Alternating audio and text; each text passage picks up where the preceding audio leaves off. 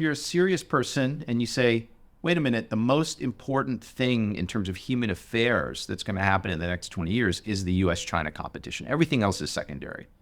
Okay.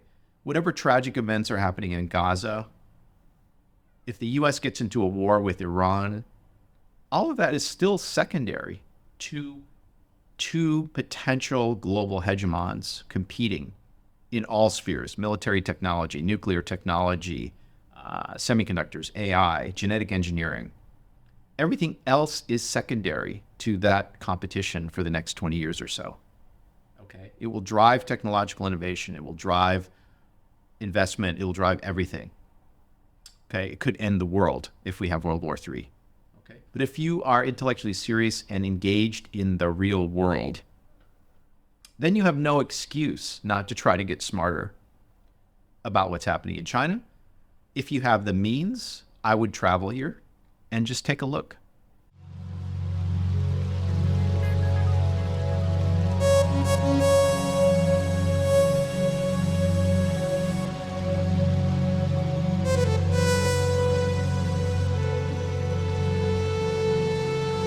Welcome to Manifold. I'm recording this episode from my hotel room in Shanghai, overlooking People's Square.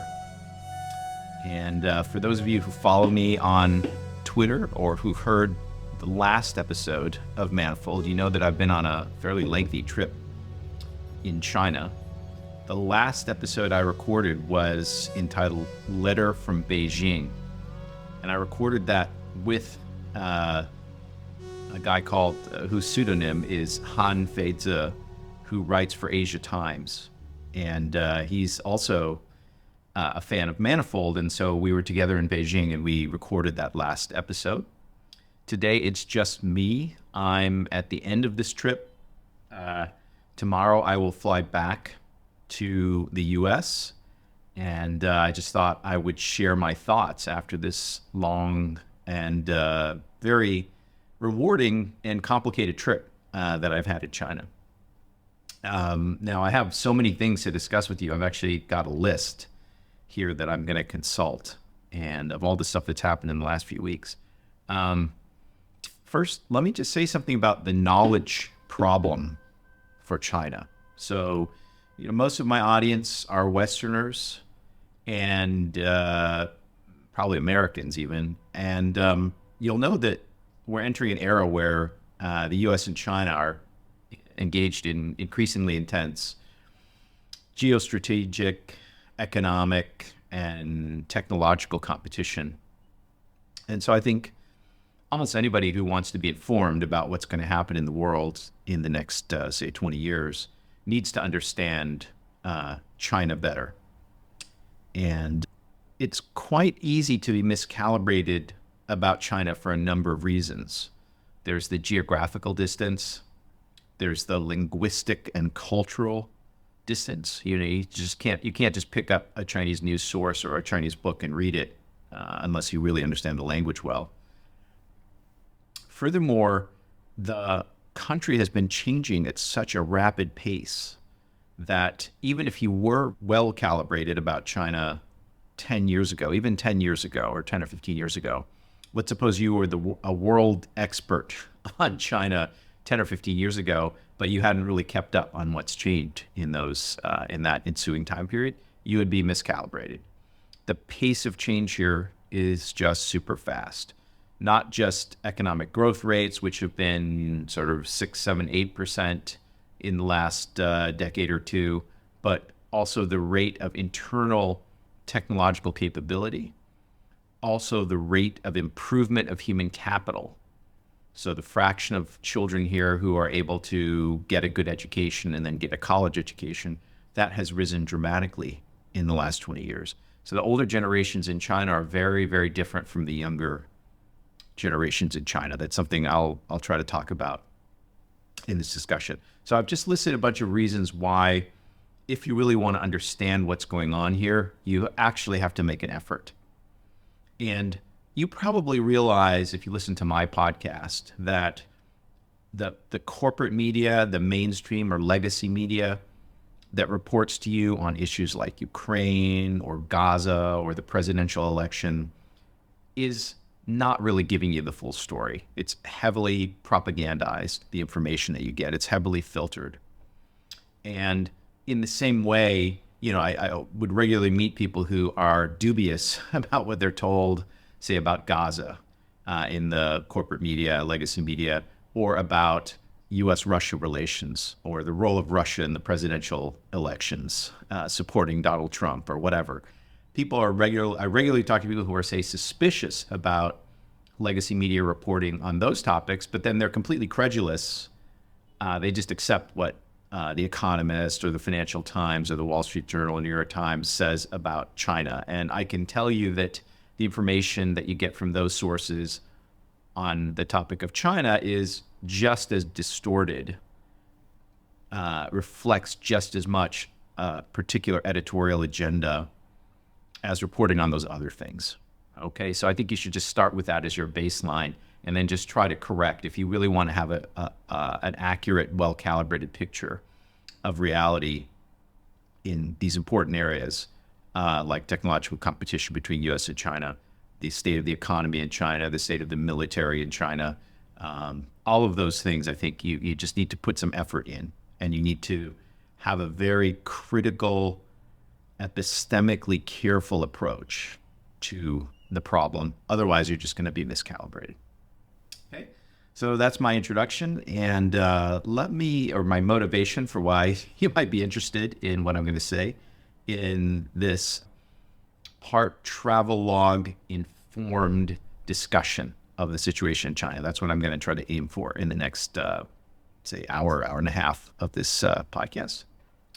Now, my trip here started with academic talks in Shanghai at universities and at the Chinese Academy of Sciences in Shanghai and Beijing. So I'll talk a little bit about that. That'll be more of interest for physicists, I think, or some academics who are interested in how academia is working in China. A fun topic, I met in Beijing with He Jiankui. He Jiankui is the first scientist to have edited a human genome, the genome of an embryo, of two embryos, two twin girls. And I met with him. He's a very controversial figure, but I wanted to understand better what he had done and what his current view is of this important set of technology. So I'll talk a little bit about my meeting with He Jiankui. That could be a whole episode.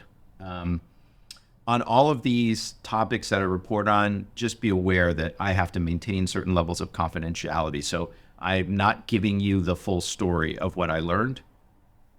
Later, I'll talk about SMIC, which is the leading chip fab here in Shanghai, SMEE, which makes the new lithography machines for China. I cannot tell you everything that I learned about these topics because a lot of it was confidential, but what I can tell you, I'll tell you. And let's just say I've been quite busy here in trying to learn about what's going on in China. So I'll talk a little bit about He Jiankui. I met with some top venture capitalists and tech leaders in China also when I was in Beijing. You might recall that I recorded an episode, Letter from Beijing, already. We focused mainly on macroeconomic topics in China. What is the quality of life in China? What is it like to live here? I suggest you consult that episode. I'm not going to repeat all the things that we talked about there. I did get a bunch of feedback. There were many comments on the YouTube video for that episode, and there were comments on Twitter, on X. I just want to say the main observation I would stand by is that the purchasing power parity comparisons of dollar versus RMB do suggest to me that there's about a 2x purchasing power differential between the nominal exchange rate between the RMB and the dollar and what you actually can buy in China.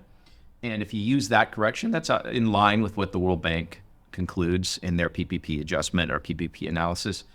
That suggests the Chinese economy is something like 1.5 times as big as the United States. If you really apply that correction, it could be even twice as large as the US economy. When you measure the size of an economy, you really have to decide what factors you want to weight. Do you want to weight productive assets?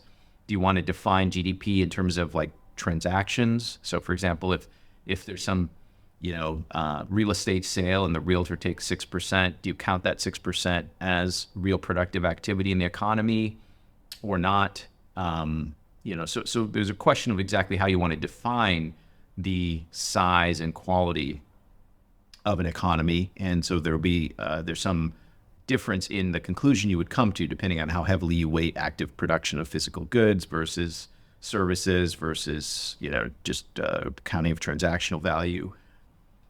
I think 1.5 to 2x, the Chinese economy being bigger than the US economy by 1.5 to 2x, if we weight more toward physical production, actual goods, things that can be produced, or electrical power, things like that. I think that's not far off.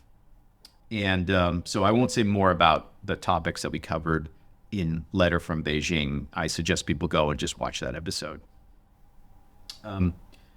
After I left Shanghai and Beijing, which are on the sort of highly developed eastern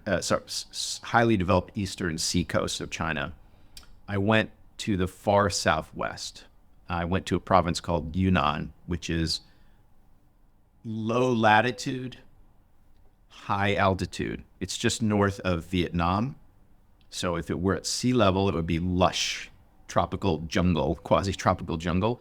But because it's at 6, 7, 8, 10,000 feet above sea level, you're really up in the mountains, and that you get this wonderful combination of really strong sunlight because of the low latitude year round, but cool temperatures and low humidity because of the altitude. And it's just a really delightful place to spend time. It's much more relaxed. And then this part of China, I'm in Shanghai right now.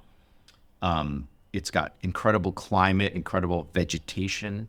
They grow flowers, beautiful flowers there year round, exotic fruits and vegetables.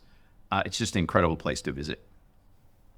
The main reason I went there, though, was because during the Second World War, when the Japanese were occupying the northeast of China, the top universities, 3 of the top universities, Beijing University, Beida, Tsinghua University, and Nankai University, combined together and moved all the way to Kunming, which is the capital city of Yunnan. And they established a wartime university there that only existed for 8 years. And it was called Liandan. And my father attended that university during the war. And I heard lots of stories about, how hard it was to travel all the way across China to this remote southwest region, but how beautiful the place was. Kunming is known as the city of eternal spring. It's really just a gorgeous city. I heard so many stories about my dad's time there. I wanted to go there and visit this place. They now have a very elaborate museum about that university because it's a very special university. It only existed 8 years. It was a combination of 3 other universities, which then since migrated back to their original campuses in Beijing and Nanjing. But during the war, it was really the center of intellectual activity in China. And so there's a amazing museum there and a memorial. I'll talk a little bit about that when I talk more about Yunnan. Now I'm back in Shanghai, and I've spent some time here. Some friends of the podcast have met with me here and shown me around Beijing, Shanghai, so I got a very interesting look at what's happening in Shanghai. SMIC, as I mentioned, and SMEE are both here. So I'll talk a little bit about that. That's kind of a rough outline of what I'm going to talk about in this episode. So let me go back now and start with the academic talks I gave in Shanghai and Beijing. These are the talks I've been giving lately are on my core research activity, which is the Hawking problem of how quantum information is encoded in the Hawking radiation that escapes an evaporating black hole. So Hawking showed that black holes slowly evaporate. They emit through quantum fluctuations. They emit radiation called Hawking radiation. They gradually lose their mass energy and eventually disappear. The question is, if the interior of the black hole is cut off from the rest of us by something called a horizon, how does the quantum information that has fallen into the black hole, say it's formed originally from a star or something, how does the information about the quantum state of that star get encoded in the Hawking radiation as it comes out? And it's a problem that I and my collaborator, Xavier Calmet, have been working on for years now. And we think we've made significant progress toward the solution of that problem. And so the seminars I gave here in Shanghai and also at the Chinese Academy of Sciences in Beijing were on that topic. It's very specialized. I can't really go through all of it. The slides and video, I think they recorded when I was at the Chinese Academy of Sciences. So I'm going to post that at some point, probably on YouTube or something, so you can hear the audio and look at my slides. I gave a similar talk. I've given a similar talk at a number of other universities recently, including Caltech. And I think I have a Substack post describing the talk I gave at Caltech, which is materially more or less the same talk. And the slides are also available. So if you go to my Substack, you can find all this information. I just want to comment on a couple of aspects of this. So obviously having conversations with lots of professors, I learned more about the current state of Chinese science and academia. I've been here since 2019, so it's been 5 years, and things can change even in 5 years, especially when it's China. So I learned a little bit about the academic setting here. Interestingly, at the talk I gave in Shanghai and the talk I gave in Beijing, I can sort of identify two individuals, interestingly, one at each talk who really I could tell had a deep understanding of what I was talking about. One was actually an Indian postdoc at the University of Shanghai who had been a student of a guy called Padmanabhan. So if you're a theoretical physicist, you might know Padmanabhan. He died, sadly, fairly young, like around 60. He was a leading Indian theoretical physicist who specialized in general relativity and gravity. And this guy had been a student of his. He's a postdoc here in China now, which is interesting. There was quite a mix of people at the seminars, mostly Chinese physicists, but there were some Indians and other international physicists. Shout out to that guy. He asked very incisive questions, which showed that he understood what I was saying and understood the main points that Calmet and I had made. Sadly, when we went out to lunch, the big professors, we all walked together to the faculty club. And when we got to the faculty club, the big professors pulled me into this private lunch room. That in China, often they have these private dining rooms attached to restaurants and things like this. So we ate in this fancy private dining room. All the grad students and postdocs ate in the cafeteria, and then I didn't get to talk to that guy. So if you're watching this seminar, I appreciated the relatively brief conversation we had after my talk when we were walking over to the faculty club about the work that I presented. And similarly, at the Chinese Academy of Sciences, there was one guy who's just finishing his PhD at the Chinese Academy of Sciences, and I think had just written a paper on replicable wormholes, put it on the archive a few days before I'd arrived. He clearly understood exactly what I was talking about. And so it's always a pleasure, when you work on such a specialized, deep topic that takes years to kind of get to the frontier on. You have to treasure the times when you meet someone who really is fully up to speed on what you're talking about and can appreciate the main points, the main breakthroughs or advances that you've made in the subject. So just a little bit of, I couldn't help but express a little bit about the scientific aspect of this trip. In talking to the Chinese professors, Chinese academia has gone through a big expansion as the country's gotten richer in the last decades. And so it's gone from being sort of behind the rest of the world, trying to catch up quickly, able to train. In the past, the situation is they could train students to a sort of bachelor's, master's level so that they could then come out, say, to the United States or the West and finish their PhDs, but they couldn't really quite train students to the actual research frontier of knowledge here in China, or at least maybe in most of China, except just a couple of exceptional universities. That's all changed now. So if you go to a reasonably good Chinese university, you'll meet people in physics, for example, I can tell, and definitely in other fields like engineering and more applied sciences. You'll find many, many research groups that are at the frontier, that are following all the publications of researchers all over the world, and they understand them, and they're making their contributions. They may not be the best university in the world. Like the research group there might not be as good as the one at MIT or Caltech or ETH Zurich, but they're not that far behind. And so that gap closing is very important. And it's becoming much, much more common for top students in China to just stay in China and do their PhDs here. And so I think that's an important thing people need to understand, that transition has happened over the last 20 years. One of the bad parts, though, that I've learned in my own field of theoretical physics is that the internal culture within China, which is pretty typical of East Asian countries, is to be very metrics driven about like your promotion, your salary, bonus, or raise depends on numerical things computed, like how many papers did you publish, what journals were they published in, exactly how many citations did you get. So there's a kind of rigid system which isn't really able to judge quality in a nuanced way, the way the best universities in the United States or West are able to do. It's more of like a mafia system where, first of all, there's a bureaucracy which is controlling a big part of like the incentive structure. And then there's a lot of like, this big professor tries to promote his former postdocs and students ahead of everybody else. And the devotion toward the higher goal of advancing the field is sometimes subordinated to this mafia-like behavior, where people are really worried about their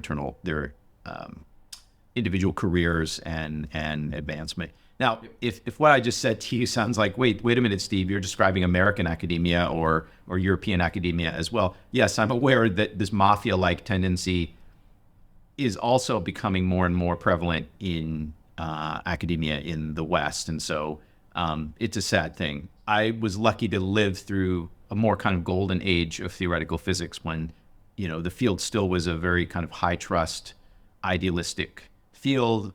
People are really trying to push the frontier forward. This kind of mafia gamesmanship was less common. It's become more common in the West, but I think it is definitely still an impediment. At least the professors who were talking to me during this trip described it as an impediment for China making that jump to the absolute sort of top level of innovation in really fundamental science. I don't think it's a problem for them in getting big, for example, scientific experiments built. They're able to build huge neutrino experiments, astrophysics experiments, high energy physics experiments, et cetera, et cetera.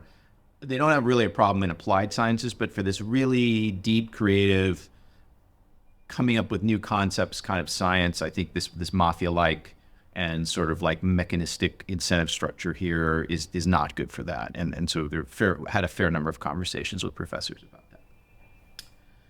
When I was giving my seminar at the Chinese Academy of Sciences, it was in this very big seminar room, and they had on the wall some pictures of some very distinguished scientists. And those pictures had next to them a description of, how were these individuals chosen? There were people who had made central contributions to the 2 bombs, 1 satellite program in Chinese development. And this would have been in the late 20th century, a long time ago. And the goal, I don't know if Mao coined that term, 2 bombs, 1 satellite. It might have been Mao. But the goal was like for them to catch up with the West. Very crucial steps were to build 2 bombs, 1 satellite. Now, the word bomb in Chinese could refer either to something like the hydrogen bomb or atomic bomb, or to the ICBM, which delivers it. So I think the missile, the word for missile is also, or what they meant by 2 bombs is the ICBM, the delivery vehicle, the warhead, so that's the 2 bombs, and then 1 satellite, meaning the ability to get satellites in orbit. So there were these pictures of these people who had made important contributions, who were Chinese Academy of Science members, to that work. And the very first one, the one given pride of place, was a guy called Yu Min, whom I recognized immediately. Now, Yu Min was actually, his identity was kept secret for like 30 years after the Chinese built their hydrogen bomb. And he's the father of the hydrogen bomb here. And the mechanism by which an atomic bomb is used to trigger a thermonuclear or hydrogen process, something that I've written a lot about on my blog or tweeted about because it's an interesting aspect of scientific history. You can really trace all the intellectual work for that back to Ulam and Teller. Okay, if you don't know who Ulam and Teller are, just go look it up. But Ulam and Teller at Los Alamos came up with the Ulam-Teller mechanism, which makes possible these thermonuclear bombs, which in some sense have potentially unlimited power. You can make them basically as powerful as you want. Very important technical conceptual breakthrough in nuclear weapons physics. Everybody else got it from Ulam-Teller. The British got it from us. The Russians at least got part of it through espionage from us, although there's some sense in which Andrei Sakharov may have reinvented the Ulam-Teller mechanism himself. What's interesting is that in China, this guy Yu Min not only came up with the Ulam-Teller mechanism independently because they didn't have an espionage resource, but also invented, it is claimed sometimes, although this is still highly classified, it's claimed that he's invented a superior mechanism to Ulam-Teller, which is implemented in the Chinese bombs. And that's still in the West pretty controversial, though people in China seem to believe that. And actually in some conversations before I gave my talk, I noticed this picture on the wall. He was looking down on me the whole time I gave my talk. I noticed this picture of Yu Min on the wall, and I started asking the professors there about it. Now, the professors I talked to, as far as I knew, were not involved in any classified research in China. They're all sort of very academic, the type of professors that would think about black holes and stuff. But, on the other hand, people like Sakharov and Ulam and Teller would also think about black holes. So there's no telling who knows what in our business, right? So I was asking them about the Yu Min mechanism, whether there really was a separate improvement by Yu Min to the Ulam-Teller mechanism. Apparently, this makes Chinese bombs more stable and a little bit safer than the corresponding Western thermonuclear bombs. And at least someone who seemed to know what they were talking about confirmed that, yes, there was a different Yu Min mechanism that was used by the Chinese in Chinese weapons. And yes, it was invented by Yu Min. So anyway, that rumor, it's only kind of a speculation in the West. At least I had it confirmed to me by someone who claimed to know at the Chinese Academy of Sciences. So that was an interesting thing that I learned from my trip. After these academic talks, I met with He Jiankui. So he's the guy who genetically edited the two embryos for a family. The father in the family had HIV. He had been studying very carefully how to edit genomes. He had already edited a monkey, maybe more than one monkey. Those monkeys actually are in the Kunming primate facility, just by coincidence. And he had done a ton of work. He Jiankui's background is actually biophysics, and his specialty is sequencing DNA, the actual physical mechanisms for how to sequence DNA and then how to process the information, the data that you get from sequencers. He'd done a lot of work on trying to detect off-target edits. So if you use a gene editing tool like CRISPR, one of the problems is that you might make an off-target edit, and he had done a lot of work on trying to detect off-target edits. He went ahead and did an edit which conferred HIV resistance. There's a single mutation, single edit that you can make which confers resistance to HIV in these two girls, I think twins, of this family, where the father had HIV. Okay. So he felt this was a well-motivated thing to do, very well-defined genetic edit. He did it in these embryos. The girls are perfectly healthy and happy. The family is happy.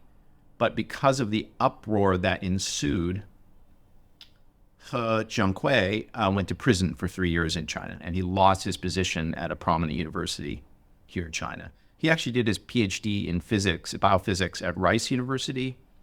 He did a postdoc at Stanford with a leading physicist who has moved into genomics named Steve Quake, who's quite a superstar in that area of research. Actually invented, in some sense, non-invasive prenatal testing. So He comes from a very good scientific lineage. I talked to him. He is actually a careful thinker. He knows what he's doing. Okay. When he first announced the work he had done, there was no negative reaction, as far as I know, from the Chinese government. They only later went after him after a bunch of Western scientists and bioethicists really decried his work as being unethical. There were problems with his work.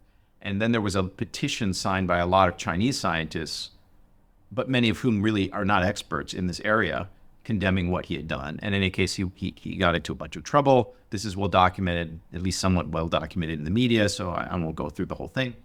He served his time. He's out now. He runs a biotech company in China, and he still thinks in the long run he's going to be vindicated, that gene editing of human embryos will become commonplace. There are good arguments for certain applications of CRISPR, of gene editing in that setting. And he thinks he, in the long scope of history, will be vindicated as the first person to do it and as correct in his arguments for why this is a useful technology. And so it was interesting to talk to him, to learn about the state of biotech, specifically genomics in China. We had a great lunch, which he met with the founder of 23andMe, the Chinese version of 23andMe, came to lunch with us. So it was a really good meeting. I can't say too much about it because lots of confidential things from her that I just can't discuss. But it was quite a thrill to meet with him. He's followed my work for many years. I'm obviously was aware of him, and so we had a wonderful day together.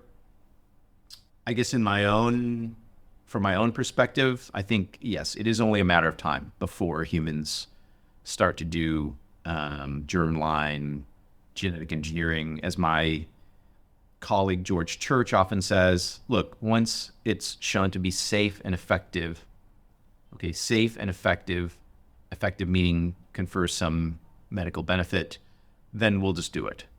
And, embryo selection now, which is what my company, Genomic Prediction, does, if you look at polling by bioethicists, by their bioethicists who study the subject, and they've been doing a bunch of polling of people, very large fraction of people, maybe 70% or 80%, approve of embryo selection to reduce health risks, to reduce disease risks. So that's how pretty much mainstream.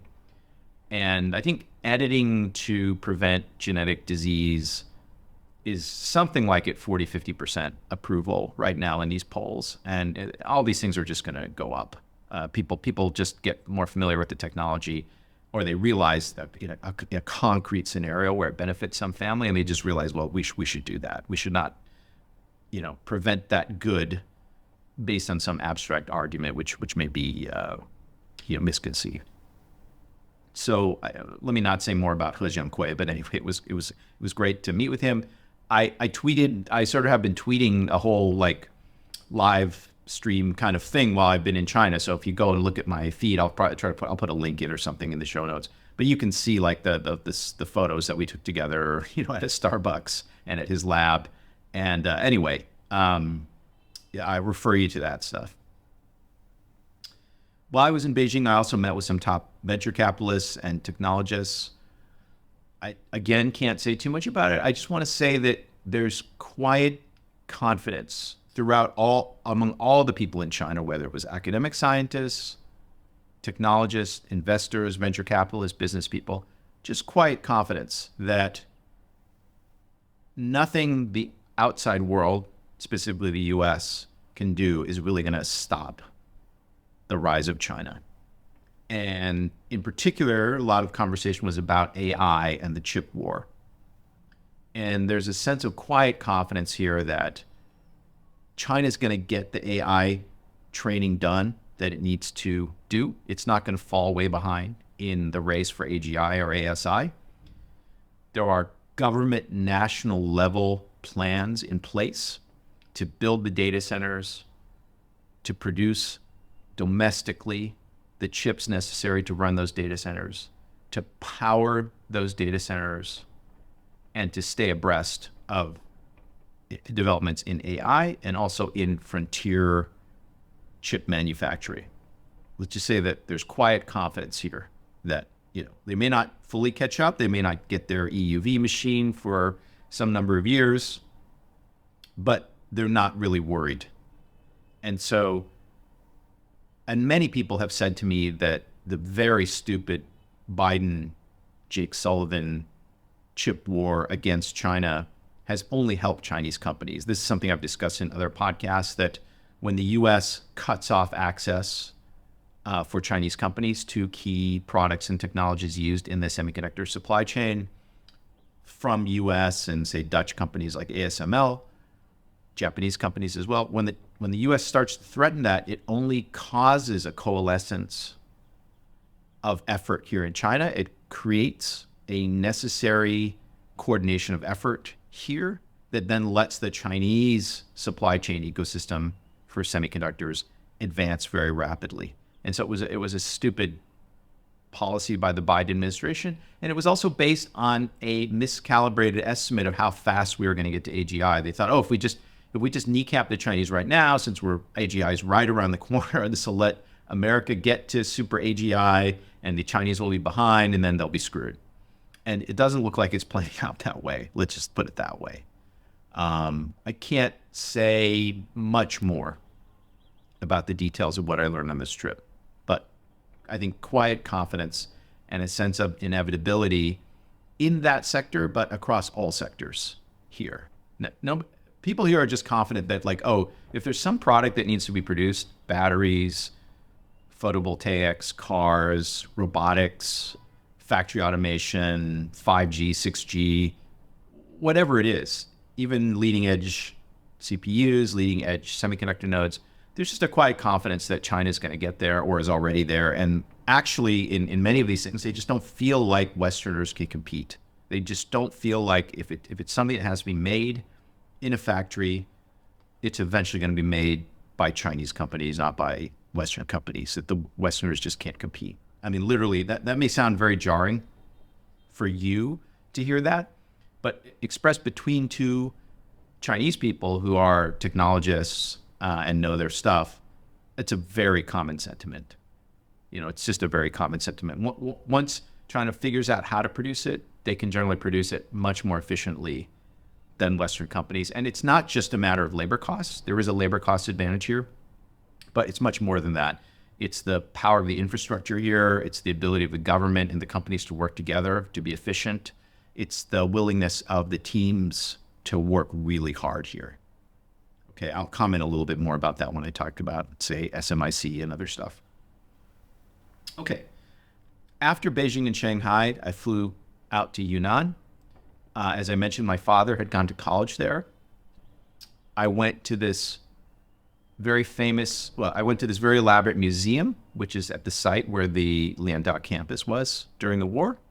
And I went there. When I went there, I didn't realize how elaborate the museum was. I knew there was a memorial there. I knew maybe some limited museum. I didn't realize there was a very elaborate museum. And I was just hoping to find some trace of my dad and something related to all the stories that he had told me about wartime being there. And so I went through that huge museum and I looked at every face on every photograph in the museum, looking to see if I could find my dad. And finally, I did find one photo of a group of people who had maybe it was a basketball club or something. It was in a display about the athletic activities on the Lianda campus during the war. And I think it's a picture of my dad. I wasn't sure. I checked with my mom. She's sure it's him. Okay, so I was very pleased that I found a picture of my dad on the wall of the museum, and my mom confirmed that it's actually him. I should mention that at the time my dad was a student there, Li and Yang, who are two, if you're a particle physicist, you know who they are. They discovered CP, they came up with a theoretical framework for CP violation. Yang is the guy who introduced non-abelian gauge theories into theoretical physics. And if you know anything about theoretical physics, you know that all of our fundamental theories are effectively gauge theories. And Yang is maybe the single guy who deserves the most credit for introducing that. For many years, we didn't use the word gauge theory. We called them Yang-Mills theories. Yang and Mills, his PhD student Mills. Yang and Mills wrote the first papers on this stuff. Anyway, so they were all there at the same time. And Yu Min, the guy that I mentioned who came up with, is at least the Ulam teller of the Chinese nuclear weapons program and maybe did something a little bit better. He was also, it turns out, at Lianda at the same time as my dad. Now, in searching through the museum, I was also looking for any mention, because there are various places where they listed students in certain groups or this class of graduates, things like this. And I came across a war memorial, a huge thing carved in stone, which lists all the Lianda students who volunteered for the KMT military to fight the Japanese. And I went down that list. There are probably something like 500 or 1,000 names on that list. And I found my dad's name. That was a very emotional moment for me. It's there. It's engraved in stone in this very big monument on the Lianda campus. And that monument is reproduced. So that same inscripted list, a carved list of names, is on the Nanjing University campus, the Beijing University campus, and the Tsinghua campus. So there's 4 versions of this monument. And so I was pleased to think that my dad's name will remain carved in that stone for, potentially another 1,000 years. During my trip, I saw lots of other things like that were, 1,000 years old, even 2,000 years old, of things carved in stone in China that had survived that long. So maybe my dad's name will survive that long. That was a very positive experience that I had out in Yunnan. Another thing that happened was that we climbed up to near the peak, well, not the peak, but very high up, an area called Jade Mountain. So there's a very, in one of the sort of famous ancient towns in Yunnan province called Lijiang, you can look up and you see this Jade Mountain, this beautiful, famous mountain. And you can go up fairly high, up to about almost 5,000 meters. And it's kind of a slog. Like you take a cable car up, but then you have to kind of march up to get to the top, the highest observation post. And most people who do it take oxygen tanks. So you can buy these little oxygen things. They cost only 10 RMB, which is just another example of the purchasing power parity thing. You pay 10 RMB, which is like $1.50 in the town of Lijiang or at the base site for this little oxygen tank, which you can periodically, it's not like you wear it all the time, but you just periodically take breaths out of it as you're doing this climb. Now, being an athlete, being a former competitive swimmer, I was just curious whether I could do this climb without using the oxygen tank. And so I tried it, and I did a little calculation. Being a physicist, I did this calculation. So at that altitude of 5,000 meters, the oxygen density is about half. The oxygen content of the air that you're breathing is about half of at sea level. And so I thought, if I just breathe at twice the normal rate, which, if you're sprinting an event or you're running or whatever, you are also processing oxygen at a faster than normal rate. So I thought, if I just maintain that during this half hour, 40-minute climb, I'll be okay. And of course I had a canister in my backpack just in case. Okay. So I just practiced constant hyperventilation. You actually do this if you're a swimmer, that you're familiar with this. So when you're on the blocks, when you're psyching up for your event, most of the swimmers are behind the blocks hyperventilating. They're basically oxygenating their system so that they need less oxygen during the race. And so I was used to that. So I just basically consciously tried to process air at twice the normal rate throughout this 45-minute climb from the base where the cable car leaves you all the way up to the highest point and then come back down. So worked for me. I didn't actually need to open up my oxygen canister, and I was able to return it at my hotel, and I didn't even have to pay 10 RMB for $1.50 for the use of the oxygen tank. They're so nice. People in China are so nice. It's like, it's becoming a very high trust society. Unlike when it was developing, it was a very kind of like every man against every man thing because of so much scarcity and the economic system was unfamiliar to everyone. But now it's reaching this sort of much more mature situation where people are just very nice. You could say because of there's lots of surveillance cameras here, it's very hard to get away with any crime. Maybe that's why people are so nice. You can leave your cell phone or your laptop on your table at the cafe and no one will touch it. There's a lot of vending machines actually are honor system. You take out what you want to buy, like some bottle of coffee or whatever, and then you just scan using your phone to pay for it. and it's all honor code. That's very common here in China now. It's unbelievable to Westerners considering what's happened to US cities in the last 10, 20 years. The situation here is just almost unbelievable to people who come visit. But anyway, so I was able to make this climb without using the oxygen. And the climb happened because of the time difference. It was afternoon here, or early afternoon here. It was late at night, election night in the US. And before I went on this trip, I was very pleased to say to myself, hey, I'm going to avoid all the craziness, all the wasted mental energy thinking about this election by just being in China, because of the distance, I didn't really think about the election that much, but I was monitoring it while I was doing this climb. My phone has Google Fi roaming and has free international roaming, so on my plan. So I was able to connect to the Google Fi network, which doesn't have any firewall limitations here in China.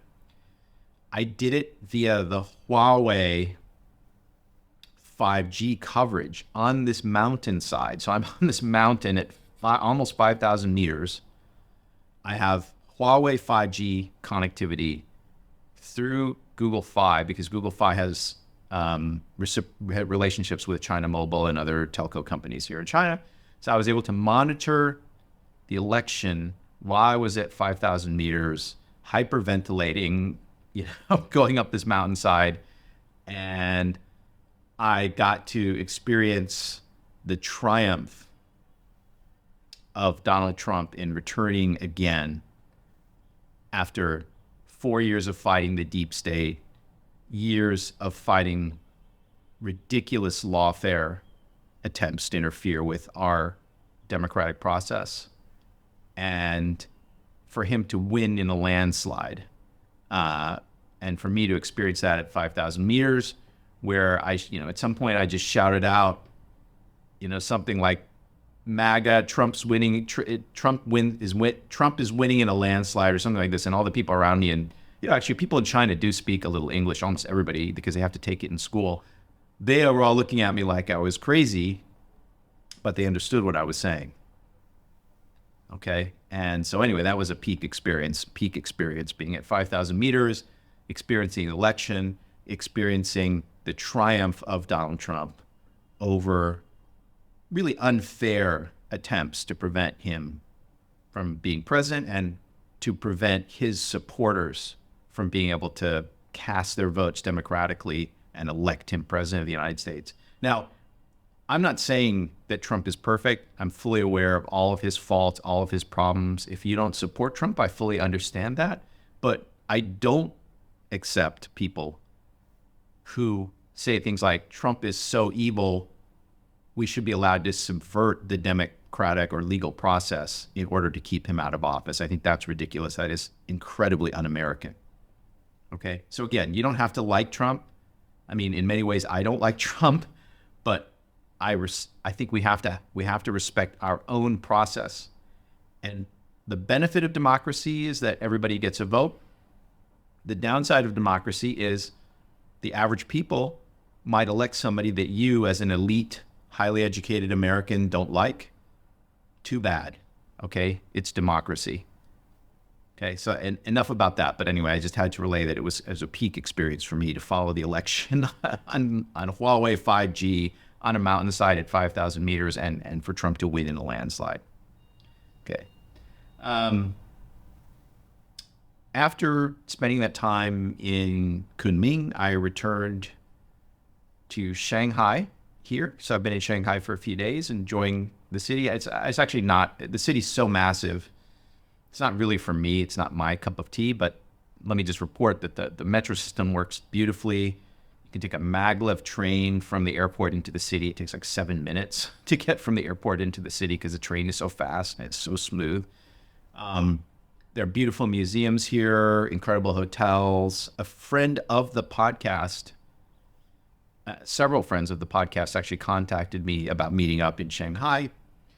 One of them showed me around. He picked me up in his Neo. For those of you who don't know, that's one of the leading kind of cutting edge electric vehicle companies in China. So we were driving around in his Neo.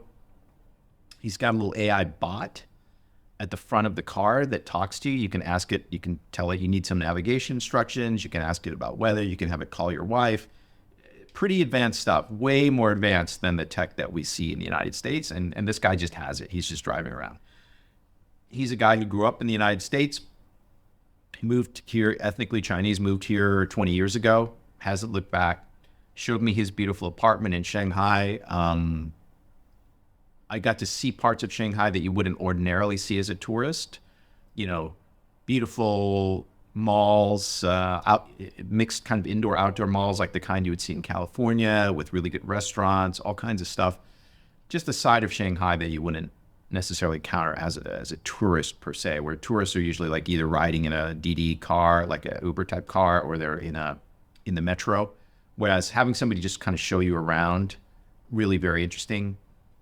We went by the SMIC facility where they're making the 5 and 7 nanometer chips for Huawei, et cetera, et cetera. They're the leading edge chip fab. They're the tip of the spear in the US-China chip war. Okay, so we went by there. We also went by SMEE, which is one of the leading companies in the US, creating deep ultraviolet and extreme ultraviolet lithography technology to compete with ASML. I cannot say very much in detail about what I learned, but I'll just refer back to this concept of quiet confidence that people here are not that worried about long-term competition with the U.S., especially in technology. So let me say that. One thing that I tweeted about while I was here was I got to ride the high-speed rail from Shanghai to Beijing early in the trip, and also from Lijiang to Kunming when I was out in Yunnan. And on one of those, we were able to book business class seats on the high-speed rail. So on one of the trains, there's something like typically in some cases over 1,000 seats on a typical train. So you get on the train and you're going from Shanghai to Beijing. There might be over 1,000 people on that train with you at the same time. There's one little car at the front, which is reserved for business class. Business class on the train system here is the highest class. Business, then first, then second. Okay. Business class has full recline seats, incredibly comfortable. Like I slept for, I think, 3 hours when I was in the business class seat. We just reclined it flat and I just slept. And it's so smooth. I think I didn't watch the speedometer the whole time, which is up on the screen the whole time, but I'm sure we did get, I did get up to like 350 kilometers per hour. I'm told the system is rated at 380 kilometers per hour, but it doesn't necessarily always go up to that max. The system here is incredible. You go to the train station, it's very fast. It's not like the airline, it's not like the airport where you have to arrive hours early to make sure you don't miss your flight. You can get to the train station, relatively soon before your departure. There's lots of restaurants there. You get on the train, there's also food on the train. It's just a super comfortable experience, super advanced infrastructure. Internet works really well on the train. There's you can watch tons of videos where people take like a coin and they balance it on the windowsill of the train or on their table as the train is going at 350 kilometers per hour, and the coin just balances perfectly. So I would say my overall impression here is, well, first of all, you have to come here. If you're a serious person, okay, like I think it's totally fine if you just say like, I don't know anything about China, Steve. I'm an American, or I live in Germany or whatever. I don't know anything about China. And you know what? I just know what I read in The Economist or the Financial Times or the Wall Street Journal or the New York Times. And yeah, okay, I understand what you've been saying, Steve. I should ascribe a very wide window of confidence level in what I read, in what can say English about China. Okay, I think that's a totally fair position to take, but the fair part of it is that you should accept that you may be miscalibrated on lots of issues related to China if you only get your information from legacy media in English. But it's okay if you don't have the means or the intellectual energy to try to do better than that. I just want to say you should have a very large range of confidence levels epistemically. Okay, that's my advice to you. However, if you're a serious person and you say, wait a minute, the most important thing in terms of human affairs that's going to happen in the next 20 years is the US-China competition. Everything else is secondary. Okay, whatever tragic events are happening in Gaza, if the US gets into a war with Iran, all of that is still secondary to two potential global hegemons competing in all spheres: military technology, nuclear technology, semiconductors, AI, genetic engineering. Everything else is secondary to that competition for the next 20 years or so. Okay, it will drive technological innovation. It will drive investment. It will drive everything. Okay, it could end the world if we have World War III.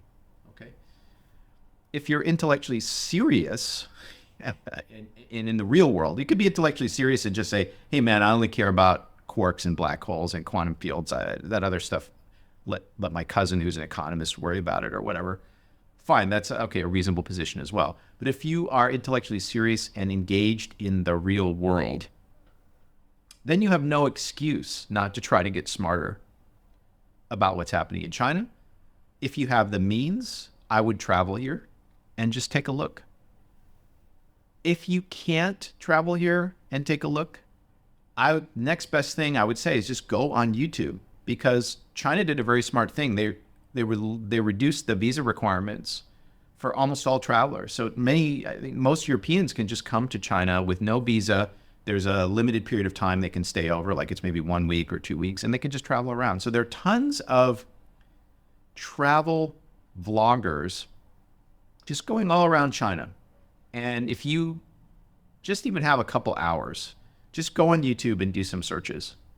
And you can find videos posted by these travel vloggers.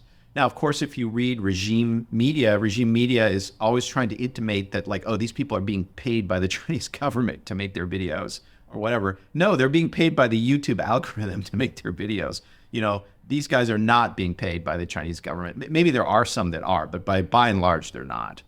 And those guys might be a better source of information for you than reading the FT or whatever, New York Times, because trust me, those guys are totally miscalibrated often on what they say about China. Now, so if you don't have the means to come here, at least go on YouTube and watch some of these travel videos. And in particular, you can see people traveling in Xinjiang. This area where they say there's a genocide going on, you could just go and, there's guys just roaming around Xinjiang, talking to Uyghurs, talking to ethnic Hui, Muslims, talking to, the whole thing is ridiculous. It's a little bit like Gaza. Like, you might get one picture from official sources about what's happening in Gaza, but if you just watch some actual video from real people about what's happening there, you realize, oh, there's this incredible gap between what I've been told. Even if you read, for example, Israeli newspapers, if you read the Israeli newspapers, you realize, oh my God, they're reporting all kinds of things about what's happening there that is filtered out for the mainstream, say, English audience, okay? Same thing about China. Go online, watch videos of people who've traveled extensively in Xinjiang, even bicycled across. There are people who have bicycled across Xinjiang, okay? How much can you hide from a guy who's like bicycling from small town to small town, or riding a scooter?